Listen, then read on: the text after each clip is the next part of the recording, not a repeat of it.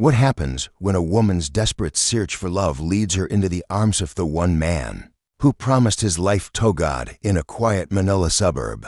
A secret buried beneath sacred ground would expose a love affair that destroyed 3 lives and shattered an entire community's faith. But this isn't just a love story. This is the story of how forbidden desire turned a holy man into a killer. The whispers started quietly at first in the shadows of the church, unnoticed. But soon they grew louder, a disturbing secret that no one could ignore. The question lingers: how could a man sworn to God to purity fall so far? And what is the cost of one woman's desperate search for something she thought she'd never find? Rosa Velasco, 38 years old, the heart of Aham that pulsed with devotion.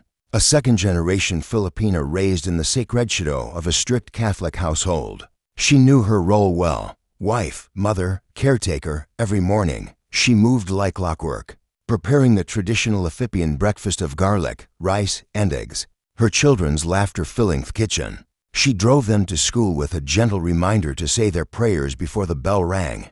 Then, like clockwork, she would slip into the pew at church, where she always arrived first, kneeling in prayer as the warm morning sun poured through the stained glass. Daily Mass was routine. 19 years of unwavering faith, a life built around it. To her neighbors in Quezon City, Rosa was the perfect Catholic wife, always the first to arrive at novena, never missing a single Holy Week procession. Her life, a model of devotion, was a story that everyone else wanted to emulate. But behind her practiced smile and perfectly pressed dresses, Rosa felt invisible in her own life. The longing, the yearning, a secret she kept buried deep within. 16 years of marriage, lived mostly through video calls and wire transfers. The man who promised to love her was often a voice on the phone or a face on a screen. Her husband, Victor, an overseas Philippine worker, was home only 2 months each year. She had become the beautiful wife, the perfect mother, living for others. But inside, the tension built duty versus desire.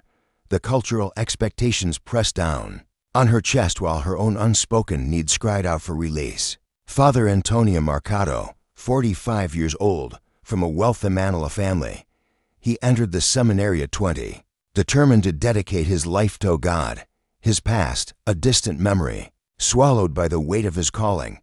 But Father Antonio wasn't like the old priests. He understood the modern struggles, the doubts, the pressures off the world beyond these walls. He spoke openly about mental health, about forgiveness, and about embracing the challenges of the present. He was the priest who posted inspirational quotes in Facebook. A man with a foot in both worlds, sacred and secular. His congregation loved him for it. Women in the parish admired him. Men respected him. Children ran to him after Mass, eager for his blessing. He was the epitome of what every priest should be. Wise, compassionate, strong. He had given up everything for God, family, romance, the physical touch of another soul, or so everyone believed. But beneath his white collar, beneath the facade of holiness, there beat the heart of a man who had been denying himself for 25 years. And in the depths of his soul, the cravings he suppressed were beginning to claw at the walls. What he had given up and what he longed for were now tangled within him to opposing forces. The man of God and the man of desire. The question now which one would win. Street Catherine's parish, a place where everyone knew everyone. The pulse of the community, the heart of Quezon City. Here, faith was not just a belief. It was the fabric of life. From early morning Mass to the late night prayer vigils. It was a world built on tradition, love, and devotion. For the Filipino people, the church was more than a sanctuary. It was where reputations were made and shattered, where lives intertwined, and where every family carried the weight of its name. A good reputation could open doors while a single misstep could lock them. Forever. In this world, reputation weighs everything. A scandal didn't just ruin individuals, it destroyed entire families. A single misstep, a single secret uncovered could unravel everything. And there were whispers that this tight-knit community was about to face a scandal unlike anything it had ever seen. And that scandal was about to erupt. It would shake this community to its very core. It started innocently enough. Rosa, feeling the strain of her marriage and the isolation of her daily life, sought out Father Antonio for guidance. She had tried to carry the burden alone for years, but now with Victor extending his overseas contract for another year, she couldn't bear the weight of it any longer. Victor, he extended his contract another year. Rosa's voice quivered as spoke. I can't do this anymore. I'm so tired of being alone. The first meeting was boundaried, professional. He listened, offered advice, never crossing the invisible line that separated him from his parishioner. But that was the first step. The second meeting felt different. Their conversations were warmer, more open, lingering eye contact, subtle smiles. A connection was forming, but neither acknowledged it allude. It was a gentle thread, unnoticed at first, just a spark. In that moment, something shifted. Father Antonio, once the guiding figure, was now sharing his own solitude. It was a rare admission, a moment of vulnerability that opened a door neither of them had anticipated. It was in the fourth session when his hand lingered on hers a second too long. Neither moved. Both knew, in that moment, they had crossed an invisible line. That was the turning point. The line had been crossed, and both knew without saying a word that the connection had been made. What came next was inevitable. Week 1, Week 2. The meeting started innocently enough. Extended conversations after Mass. Just a king. They told themselves. The coincidental meetings outside the church grew more frequent. The flicker of a glance, the brush of a hand. It wasn't enough, but it was too much to ignore. Week 3. Week 4. Private dinners at distant restaurants where no one knew them. He no longer wore his priest's collar. Just Antonio, just a man, just a man who wanted her. Month 2, the first kiss. Behind the church in the shadow of the cemetery, a kiss so deep, so desperate it tasted of sin. The scent of his cologne mixed with altar wine. Thorough texture of his forbidden hands against her skin, and the taste of sin in her lips. Month 3, the affair deepened. In a rented condo in Makati, their lives intertwined in stolen hours. By day, he was Father Antonio, the man of God. By night, he was a lover, her lover, the man who made her feel alive for the first time in years. She had forgotten what it felt like to be desired, to be seen. And he had forgotten what it meant to be human. They told themselves God would understand, that love this powerful could be wrong. But deep down, both knew they were breaking something sacred, something they could never get back. Rosa's guilt churned with every moment she spent in Antonio's arms. But at the same time, she felt of something she hadn't felt in years. The weight of her marriage off-duty seemed lighter when she was with him. It was as if she had been holding her breath for so long, and now she could finally exhale. Antonio, too, was falling not just into her arms, but into the person he never thought he could be. A priest by day, a lover by night. His identity fractured with every kiss, every touch. But no matter how much they tried to justify it, they both knew that what was happening, what had already happened, could never be undone. For Rosa, the lies were small at first. Shuttled her children, she was helping with parish work, organizing volunteer schedules for the upcoming events. In truth, she was orchestrating a different kind of schedule, one that kept her away from them, from everything she had ever known. She created fake volunteer schedules, avoided Victor's video calls, and changed her phone password. The barriers between her worlds growing thicker with every day. Every small deception, every hidden message weighed in her. She wasn't just hiding our relationship. She was hiding a piece of herself. For Antonio, every sermon became an act. Every blessing felt like a curse. He stood at the altar preaching purity while hiding his own sin behind the very robes that were supposed to protect him. He heard confessions, gave absolution, and lied to his bishop about his whereabouts. But it wasn't just his faith that was being tested. It was his soul. He began drinking alone at night, trying to drown the noise of his unconscience. But when they were together, nothing else existed. Not vows, not marriage, not God himself. In each other's arms, they forgot everything except the rush of desire. They were careful, or so they thought. But in a community this small, secrets have short lifespans. Lydia, 14 years old, began to notice her mother's strange habits, her phone habits. The long hours Rosa spent working, the quiet secrecy. Her instincts told her something was wrong, but she couldn't yet place it. And the noni day, a parishioner spotted them, Father Antonio and Rosa, together in a mall in another city, unseen by the people who trusted them, but now exposed to be a simple chance encounter. Victor coming home early from his overseas contract, a surprise return that would change everything. The time they had so carefully built, so carefully hidden, was running out.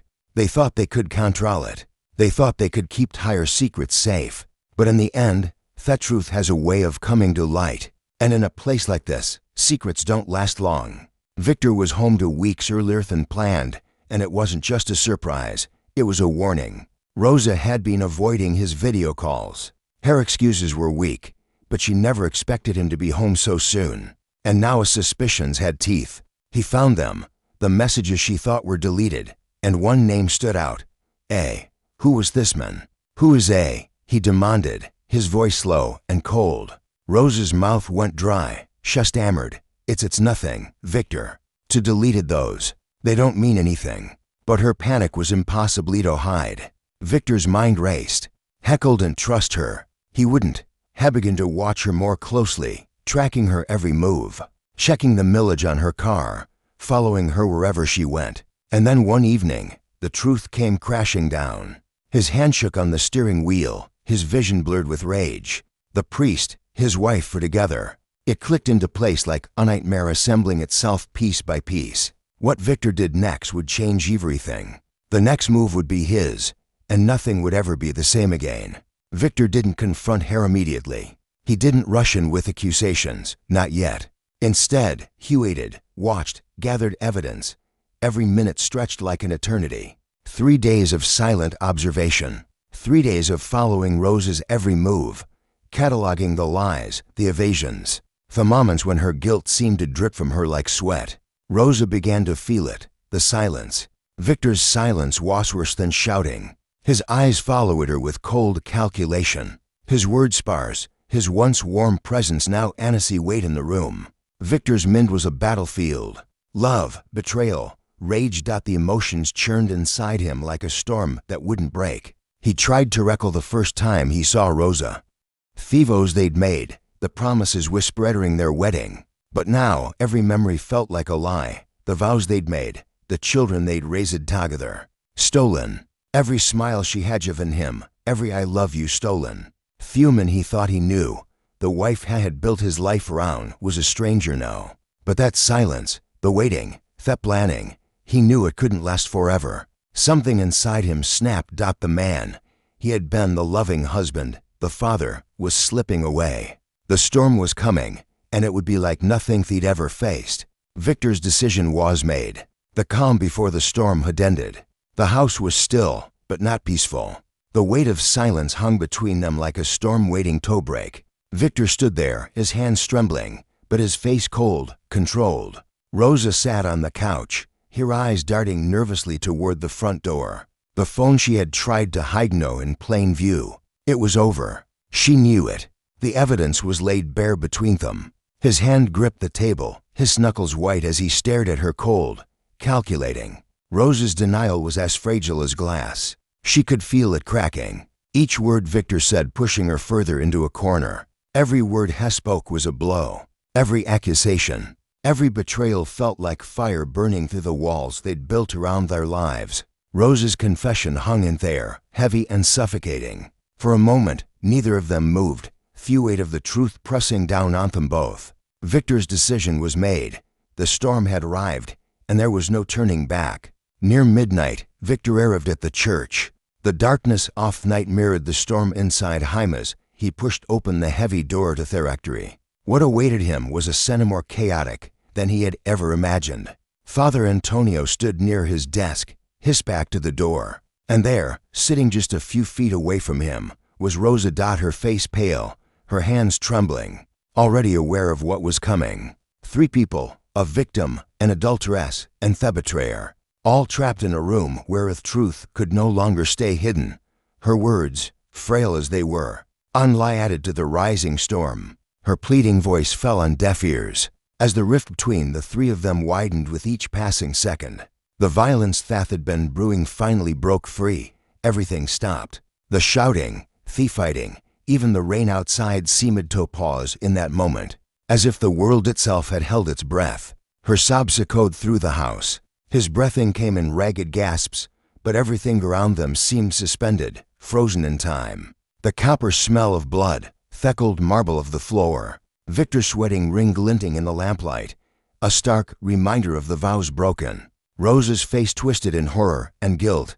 She couldn't breathe. She couldn't think. The man she had loved, the father of her children, was gone. Antonio stood there, frozen, the shock transforming into panic. He didn't know what to do. His hands, once blessed and holy, were now stained with a husband's blood. In that moment, everything changed. The storm inside the rectory had swept away more than just their lives. It had shattered everything. In that moment, time seemed to stop, but so did everything else. The future, the choices, the path ahead. None of it seemed clear anymore. Rosa's voice trembled as she spoke, her eyes locked in the body in front of her, her heart pounding with fear. The choice was impossible. To face the police, to tell the truth, meant losing everything. They had both crossed lines they could never uncross, and the truth now seemed like a luxury they could not afford. Fear versus morality. The chance to be honest, to face justice, seemed far too distant now. And in the dark corners of their minds, another thought crept in. Fear is a powerful poison. And in that moment, they made their choice. A choice that would seal their fate. They could have saved themselves. They could have faced justice with truth. But instead, they chose fear. They decided then they would hide the body. They would lie out. They would conceal the truth. Bury it beneath lies and fear. For what else could they do?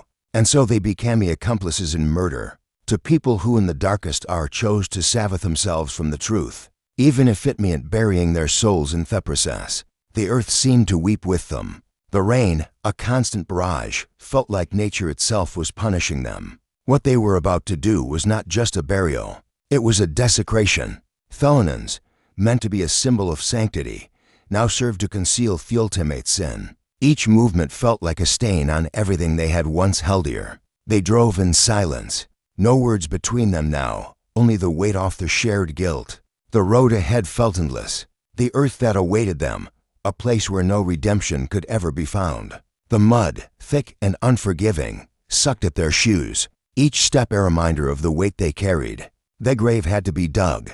The task was simple, but the horror of it was undeniable. Every shovel full of dirt felt like they were burying themselves. Each scoop, each heap of earth, burying their last remaining shred of humanity.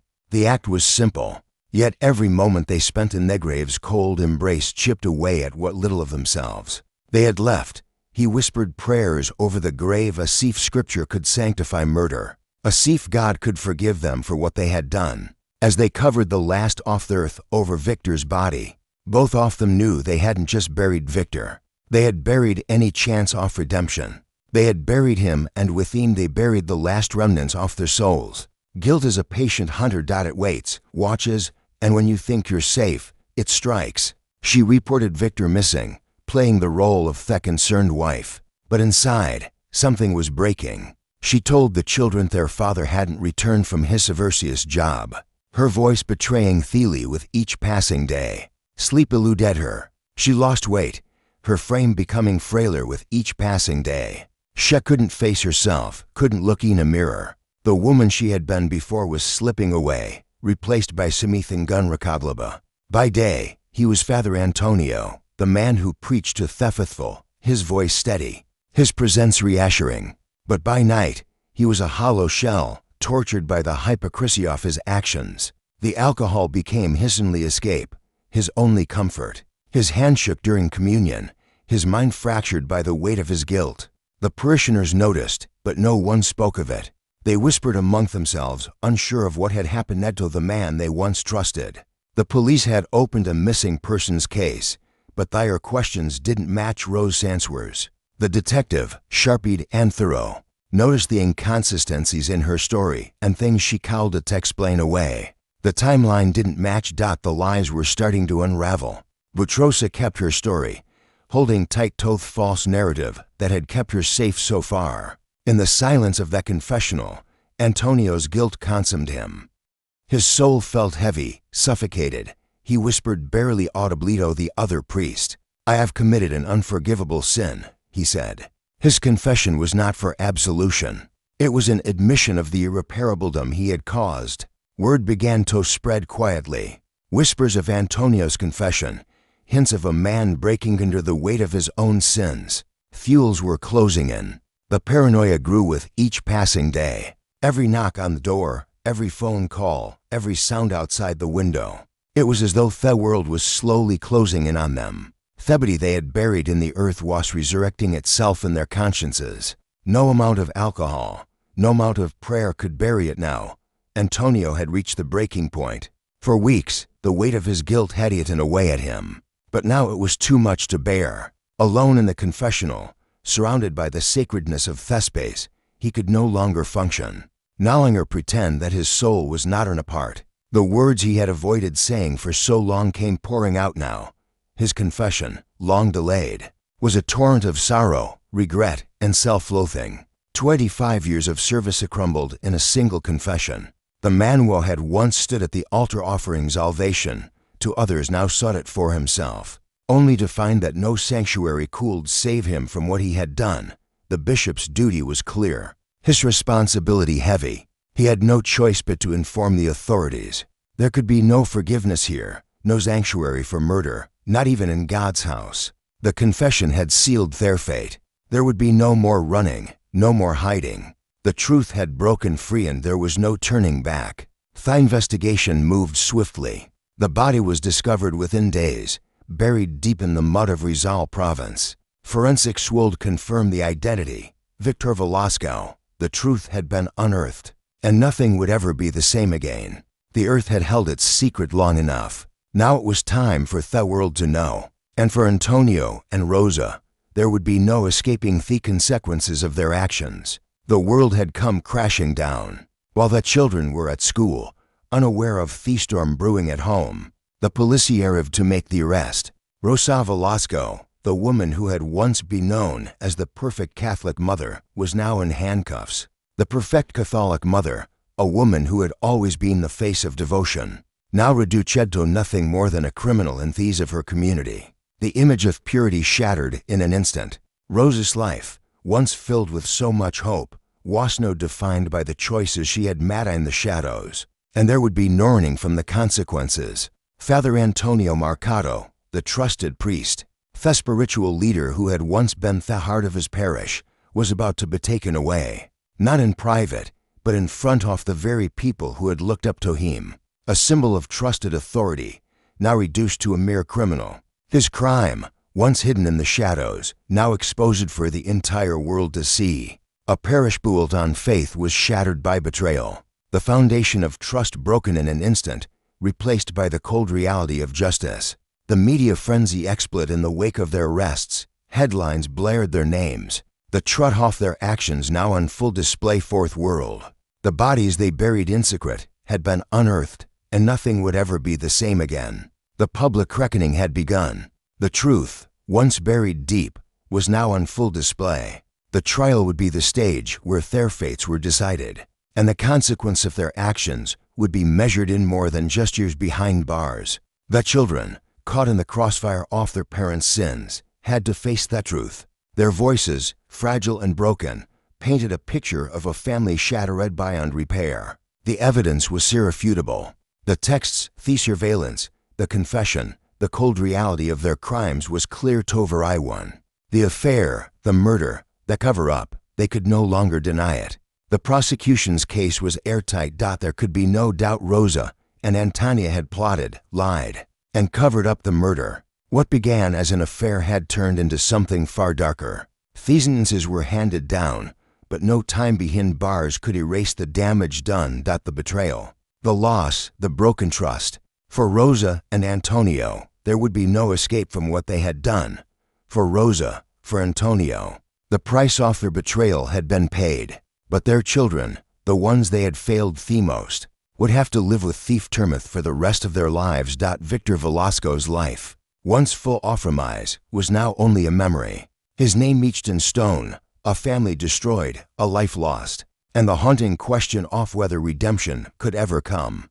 The affair lasted 6 months, but the consequences, those will last forever, Rosa, serving her sentence, remains in isolation. There has been no contact with Antonio since the trial. The walls between them, built from guilt, betrayal, and the finality of their choices, seem insurmountable. Antonio, once a trusted man of God, now defrocked and isolated in prison, has lost not only his freedom, but his identity.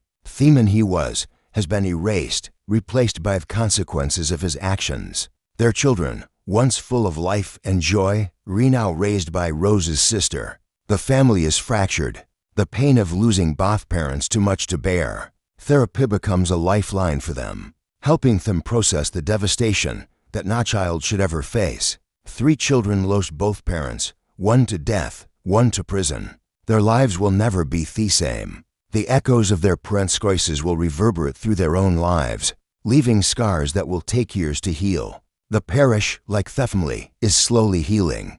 A new priest leads, but the scars of betrayal run deep. Trust takes time to rebuild. In the wake of this tragedy, the question remains, can it ever truly be restored? This isn't just a story about adultery or murder. It's about how we justify our choices when desire overwhelms duty. It's about how small decisions, those seemingly insignificant choices, can lead to catastrophic consequences. The line between love and obsession is thin. The boundary between passion and destruction is often blurred by our own desires. In the case of Antonio and Rosa, their love became something twisted. A love without morality, without restraint. Two people thought love could exist outside morality. They learned the hard way that some boundaries exist for good reason. When does love become selfish? When does passion become destruction? If history affected you, I want to hear your thoughts. Do you think this was murder or a tragic accident? Could Father Antonio have handled this differently? What about Rosa's responsibility in all this? Drop your thoughts in the comments below. If you found this story compelling, hit that subscribe button and notification bell. I cover true crime stories that explore the complex psychology behind betrayal, obsession, and justice. Until then, remember, some secrets are too heavy to carry, and that truth always has a way of rising to the surface. Thanks for watching. Stay curious, stay compassionate, and stay